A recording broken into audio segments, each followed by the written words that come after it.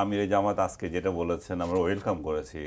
এই সভ্যতাটুকু আমাদের থাকা উচিত যে সোশ্যাল মিডিয়া যেভাবে আমরা নোংরা তো সভ্যতার দিকেই যেতে চাই, কিন্তু আপনাদের হয়ে প্যারিস থেকে এবং নিউ ইয়র্ক থেকে পলাতক ইউটিউবাররা অসভ্য ভাষায় এই যে কন্টেন্ট বানাচ্ছে, এগুলোকে আপনারা কিভাবে দেখেন? আচ্ছা দেখেন, কেউ যদি কখনো কোনো কিছু তৈরি করে, সে তার জনপ্রিয়তা ধরে রাখার জন্য কারো না কারোর কিছু পক্ষে বলে, কিছু বিপক্ষে বলে।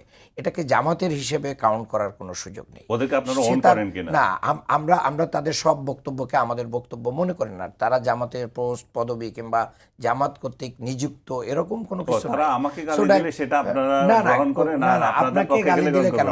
আপনি আমি আমার কথা বলছি, তারা আমাদেরকেও তো গালি দেয়, তারা আমাদের বিরুদ্ধেও বলে। সো দ্যাট এটা তাদের ব্যক্তি স্বাধীনতা, বা তারা সেখান থেকে বলছে।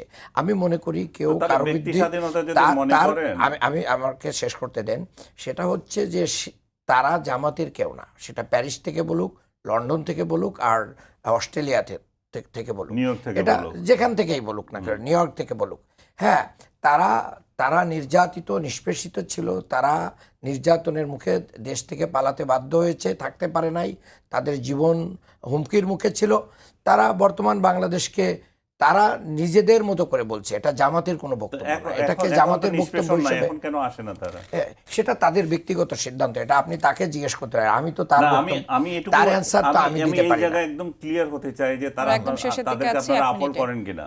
না, আমরা এটাকে আপনারা দেখেছেন যে আমরা একদিকে আমির জামাত বলবে যে আমরা এই অশ্লীলতা পছন্দ করি না, আবার আরেকদিকে তার পক্ষ নিয়ে অশ্লীলতা ছড়াবে এই সোশ্যাল মিডিয়ায় এবং অন্যদেরকে গালি দিবে।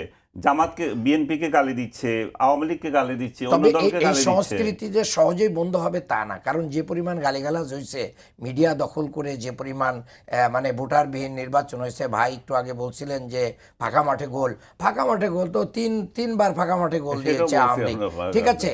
তো সে সময় তো বলতে পারেন নাই সাহস করে, এখন তো তাও সাহস করে বলতেছেন, আলহামদুলিল্লাহ। এটা একটা বড় গুম, খুন, হত্যা, সন্ত্রাস, নির্যাতন, ক্রসফায়ার, বাংলাদেশকে লুটপাট করে শেষ করে দিয়েছে। কোন অধিকার বলে ইন্ডিয়া একজন খুনি সন্ত্রাসীকে আশ্রয় দিয়ে দেয়? এর বিরুদ্ধে কিছু বলেন 2 লাইন, তাহলে তো আমরা একটু ভালো লাগবে।